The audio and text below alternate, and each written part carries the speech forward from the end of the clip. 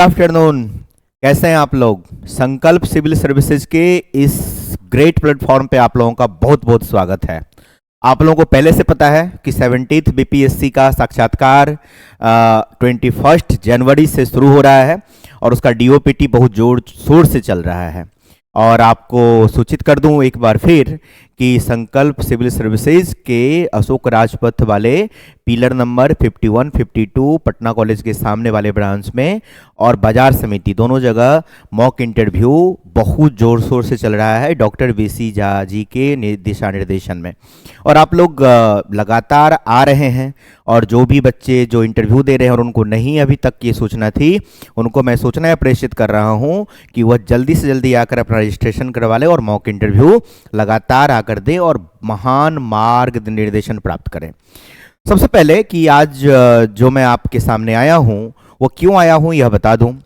70th जो BPSC interview है उसमें जो कन्फ्यूजन है बच्चों का, बहुत सारे सवाल आ रहे हैं कि सर कौन से करंट अफेयर्स के क्वेश्चन पूछे जाएंगे इंटरव्यू बोर्ड के द्वारा और क्या पूछे जाएंगे, क्योंकि करंट अफेयर्स एक कन्फ्यूजिंग सब्जेक्ट है। और मैं ये कहूँ कि जो अभी 71st का जो प्रीलिम्स हुआ है पिछले आई थिंक नवंबर या नवंबर में ही, तो उसमें थोड़ा सा मतलब चेंज है, मतलब ये जो होगा चेंज है उसके बाद लोगों के जेहन में कि कैसे क्वेश्चन पूछे जाते हैं, पूछे जाएंगे। और आपको बहुत सेंसिटाइज तरीके से करंट अफेयर्स की तैयारी इस इंटरव्यू के लिए करनी पड़ेगी। अब कैसे क्या करनी पड़ेगी? बहुत आसान है। सबसे पहले तो आप अपने अंदर से यह निकालिए अपने ब्रेन से कि आपको क्या पूछा जाएगा, क्यों पूछा जाएगा और आप जो है सो क्या जवाब देंगे। ये जो क्या वर्ड है ना, ये अपने अंदर से आपको निकालना है। देखिए, इंटरव्यू जो होता है वो कोई एग्जाम नहीं है या कोई परीक्षा नहीं है, कोई पेपर आपको राइट नहीं करना है ना पेपर देना है। देखो करना क्या है, सबसे पहले अपने साइकोलॉजी में यह बैठा लो कि आपको कैसे जवाब देना है, इस पर विचार करना है। आपको कैसे अपनी प्रस्तुतिकरण करनी है, इस पर विचार करना है। आपको कैसे इंटर करना है, इस पर विचार करना है।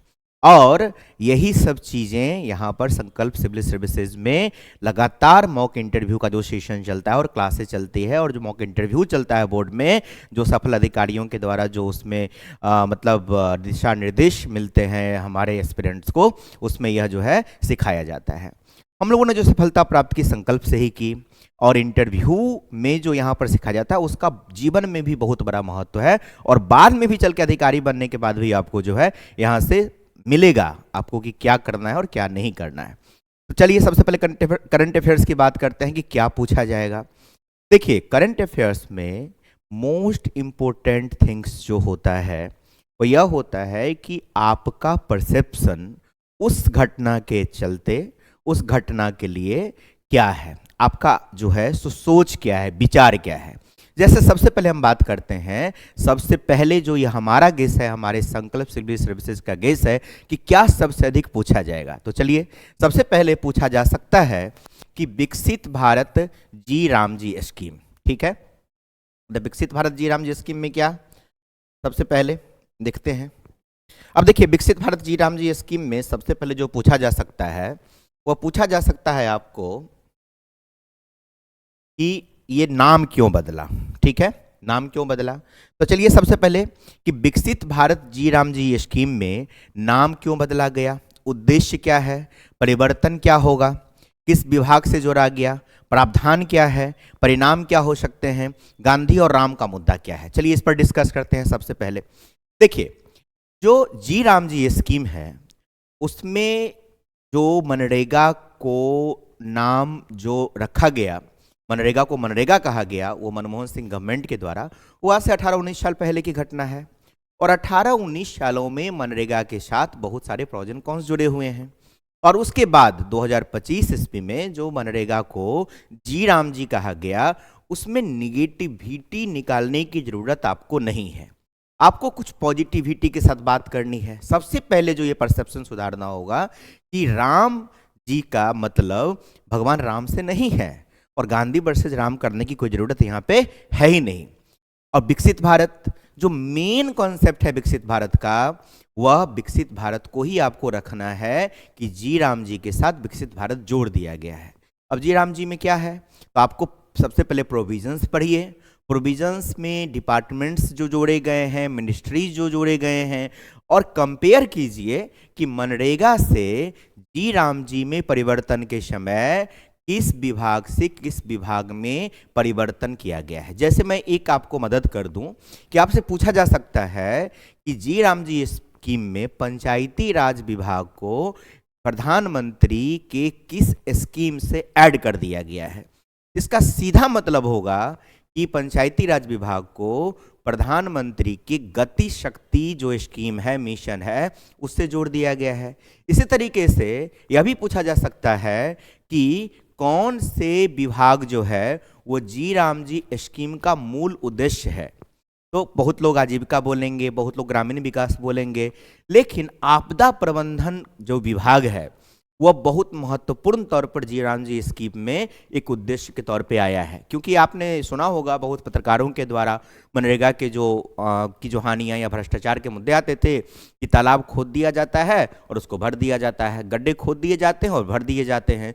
तो आपदा प्रबंधन विभाग से जुड़े हुए जो मसले हैं वो जी राम जी स्कीम के साथ कैसे जुड़ गए, उनसे जुड़ा हुआ सोशल ऑडिट, केंद्र सरकार का क्या उसमें पार्टिसिपेशन होगा, राज्य सरकार का क्या पार्टिसिपेशन होगा, और नाम बदलने के पीछे जो परसेप्शन है, जो मिसकॉन्सेप्शन है, उसको लेकर के आपके क्या विचार हैं। और याद रखिए कि जब इसकी बात होगी तो आपको पॉजिटिव बात ही करनी है, कुछ निगेटिव बात नहीं करनी है। और बहुत संजोग है कि आज ही एक बहुत ही मतलब कोइंसिडेंसली एक रिपोर्ट आया है कि तमिलनाडु और आंध्र प्रदेश के बहुत सारे जिलों में मनरेगा में बहुत बड़े बड़े भ्रष्टाचार का जो है सो पता चला है। और ये सोशल ऑडिट है और साथ में सरकारी ऑडिट भी है। तमिलनाडु, आंध्र प्रदेश और पश्चिम बंगाल भी इसमें पीछे नहीं है। तो बहुत सारी चीज़ें हैं जो आपको ये जी राम जी स्कीम से पूछा जा सकता है। अब चलिए हम लोग दूसरे करंट अफेयर्स की तरफ चलते हैं। और रजिस्ट्रेशन करवाने में देरी मत कीजिए, लाइक करने में, सब्सक्राइब करने में। अभी जो 5400 लोगों का इंटरव्यू है और 2000 सीट है, आपको समझना चाहिए कि 3000 से ऊपर लोग इसमें क्या होंगे, इनिबिट होंगे, वो फेल कर जाएंगे। और आपको 2000 में जगह बनाने के लिए जो 120 मार्क का इंटरव्यू है, उसके लिए आपको अच्छा मार्ग निर्देशन चाहिए। आपको मालूम है कि मतलब बाजारबाज चल रहा है इस कोचिंग इंडस्ट्री में, लेकिन एक सफल व्यक्ति इस क्षेत्र में आपको बता रहा है संकल्प सिविल सर्विसेज के प्लेटफॉर्म पे कि आप इंटरव्यू के मामले में थोड़ी भी कोताही न बरतें और सफल लोगों से ही, जैसे संकल्प सिविल सर्विसेज में सफल लोगों को बोर्ड में बुलाया जाता है, आए और अपना जो है सो मार्गदर्शन प्राप्त करें, जल्द करें। अब हम लोग दूसरे करंट अफेयर्स में जाते हैं। चलिए, अमेरिका और वेनेजुएला का मुद्दा है। ये अमेरिका और वेनेजुएला का जो मुद्दा है, यह मुद्दा बहुत ही हॉट है, बहुत इंपॉर्टेंट है। अब इसमें क्या है कि आपको अमेरिका का क्या हित है, इसमें भारत का क्या हित है, वेनेजुएला के साथ ऐसा क्यों किया गया डोनाल्ड ट्रंप के द्वारा, और एक बहुत महत्वपूर्ण बात जो लोगों को जल्दी नहीं खींचेगा बट बोर्ड मेंबर्स को खींच लेगा कि वेनेजुएला की राजनीतिक गलियारों का भारत के आध्यात्मिक गलियारों से क्या कनेक्शन है, क्या कनेक्टिविटी है। दूसरा कि भारत के क्या हिट इन्फ्लुएंस होंगे, और अमेरिका का क्या उद्देश्य है, अमेरिका का क्या सामरिक उद्देश्य है, क्या आर्थिक उद्देश्य है, क्या राजनीतिक उद्देश्य है, और इसमें डोनाल्ड ट्रंप का क्या व्यक्तिगत हित है। यह बहुत इंपॉर्टेंट है और ये करंट अफेयर्स को आप लोग अच्छे से तैयार कर लीजिए। मैंने लिख दिया है क्यों, कैसे, अमेरिका का हित, वेनेजुएला में वर्तमान राजनीतिक, और भारत पर जो है इसका क्या प्रभाव पड़ेगा, इस पर भी आप लोग जो है सो चर्चा अच्छे से कर लीजिए और खुद में चर्चा कीजिए और पढ़िए, प्रोविजंस देखिए और इसमें क्या क्या डेवलपमेंट हो रहे हैं इसको भी देखिए। लेकिन मैं बार बार जो कह रहा हूं आप लोगों को कि हर एक जो करंट अफेयर्स है उसमें पॉजिटिव चीज़ों को निकालिए, और अगर सुझाव भी देना है तो बहुत विनम्रता से सुझाव आपको देना होगा कि ऐसा कर लिया जाता तो अच्छा होता, और सरकार तैयारी कर रही है उसकी, ठीक है, ये भी इम्पोर्टेंट है। बीच में एक बात मैं बोल दूं, ये हमारे फर्स्ट वीडियो का जो है सो लास्ट मोमेंट है। देखिए, सबसे पहली बात कि अब जब इंटरव्यू में जब सरकार की भूमिका की बात होती है और सरकार के लिए जब कुछ कमेंट पूछा जाता है करने के लिए, तो आप याद रखिए कि आप सरकारी अधिकारी बनने जा रहे हैं और आपके कॉन्सेप्शन में, आपके साइकोलॉजी में सरकार के लिए कुछ निगेटिव व्यूज नहीं होनी चाहिए, और ये निगेटिव व्यूज आपको कहीं ना कहीं जो है आपको अपने रास्ते से हटा सकता है, आपको फेल कर सकता है। तो नेगेटिव व्यूज नहीं रखें, पॉजिटिव व्यूज रखें। जैसे फॉर एग्जांपल आज का मैं एक न्यूज़ बता दे रहा हूँ जो आपको काम आएगा, कि अमेरिका के कॉमर्स सेक्रेटरी ने, अमेरिका के बहुत सारे लीडर्स अलग अलग पॉडकास्ट में, पत्रकार सम्मेलन में, इवन कि ट्रम्प भी कई बार भारत के लिए कन्फ्यूजियस रिमार्क कर चुके हैं, प्राइम मिनिस्टर मोदी के लिए कन्फ्यूजियस रिमार्क्स दे चुके हैं और दावे कर चुके हैं। और अमेरिका के इन्फ्लुएंस में न आकर इंडिया बहुत बहुत ही मजबूती से, बहुत समझदारी से जो है काम कर रहा है, भारत सरकार कर रही है। तो सबसे पहले तो आपको एक ही वर्ड बोलना है कि भारत सरकार की जो विदेश नीति है वह इन्फ्लुएंस हो करके किसी पर वर्ड से हमला, किसी पर हथियार से हमला या किसी पर आक्रामक हमला करने की कभी नहीं रही। भारत की विदेश नीति बहुत सधी हुई है, बहुत अनुभवी है और बहुत अच्छे हाथों में भारत की विदेश नीति है। जैसे फॉर एग्जांपल नेशनल इंटरेस्ट को केंद्र में रख करके ही विदेश मंत्रालय कुछ न कुछ रिएक्शन देता है। जैसे आज का ही ले लीजिए, आज रणधीर जायसवाल जो भारत के विदेश मंत्रालय के प्रवक्ता हैं, उन्होंने 3-4 सेंटेंस ही कहा, इसमें अपना कुछ विश्लेषण या विशेषण आपको नहीं जोड़ना होगा।